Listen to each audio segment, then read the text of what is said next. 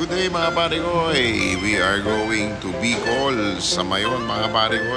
Meron tayong tatapusin tong koi pond at papakita natin sa inyo kung gaano kagaganda yung mga koleksyon ng ating pare ko.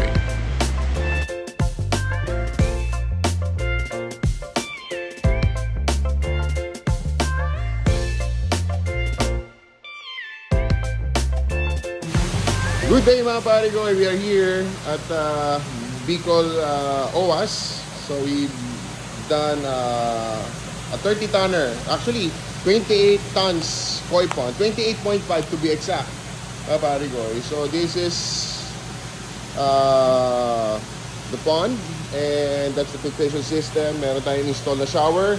Okay, available yan at Licoy's Pond. And of course, syempre, pinagmamatigasan aming chiller.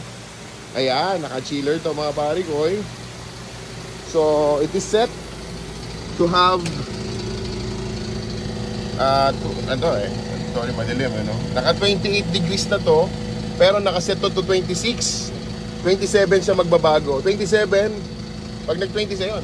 Pag nag-27 to, aandar ulit yung chiller. Pag nag-26, magsha-shutdown siya ulit. Okay, so right now, meron tong 20 kois mga pare ko, and of course exclusively fed by Kiseki. Okay, ito according to our pare ko, our friend, nag-develop tong mga isda na to using only Kiseki koi food mga pare ko. Dami niya na sinubukan mga pagkain, hindi niya nakilala, hindi niya na, what do you call it, hindi niya nakita na bumutog or lumaki talaga. So medyo mabula pa kasi kahapon lang namin naglilipat yung mga isda. So kaya medyo mabula pa. At the same time, nagpupuno pa rin tayo. O, sa mga mga critics, non-chlorine to. Kaya alam ko marami magrereklamo. May chlorine, malakas pa dulo. Alam ko naman yon. Alright, so yun mga pare ko. Sa mga gustong mag-inquire, magpagawa ng koi pond, magpa-design, PM lang kayo mga pare ko. Alright, so kita-kits!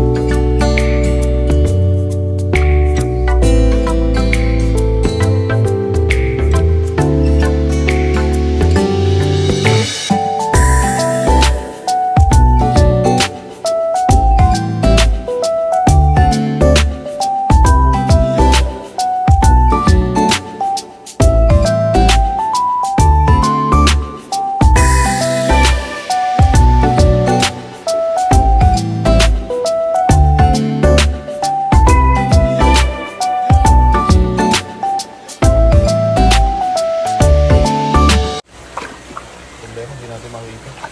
Bukasan sa tubig? Hindi. Hawak. Angat. 75, 76. Ikot dito. Para mabuhat. Kaya? Kaya tayo tumatawin. Ano mataas yata nga ito?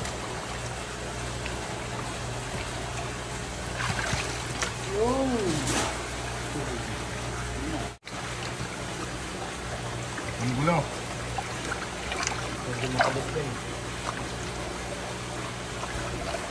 Maganti pa. Ako ba? Ako ba sa pilit?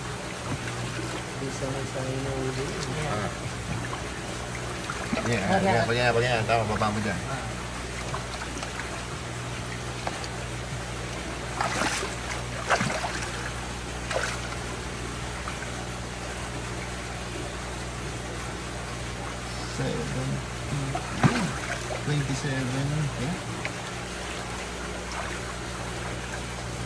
Yeah.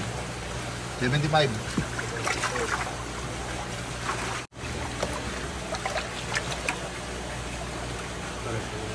27 inches. 27 inches. 69. Ang paborito ni M, 69.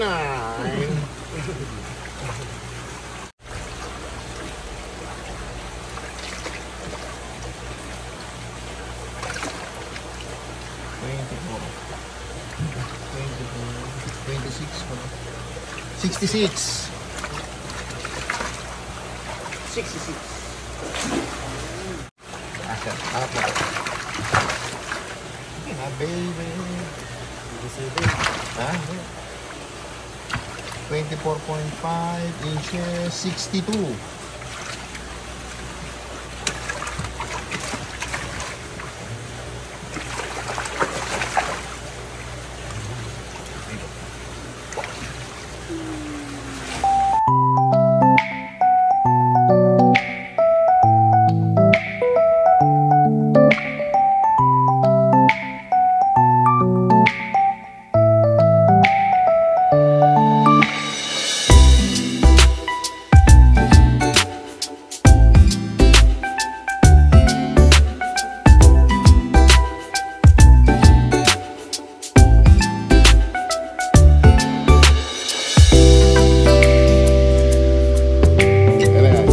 Ano mga? Sili. Ubi sili. Ubi sili. Ubi sili. Sa akin level 2. Maanghang? Wala pa, hindi ko pa. Hindi ko pa Level 2? Kaya mo yan, level 2. Ube sili. Ikaw po, Jim? Ube rin? Hop. Mga?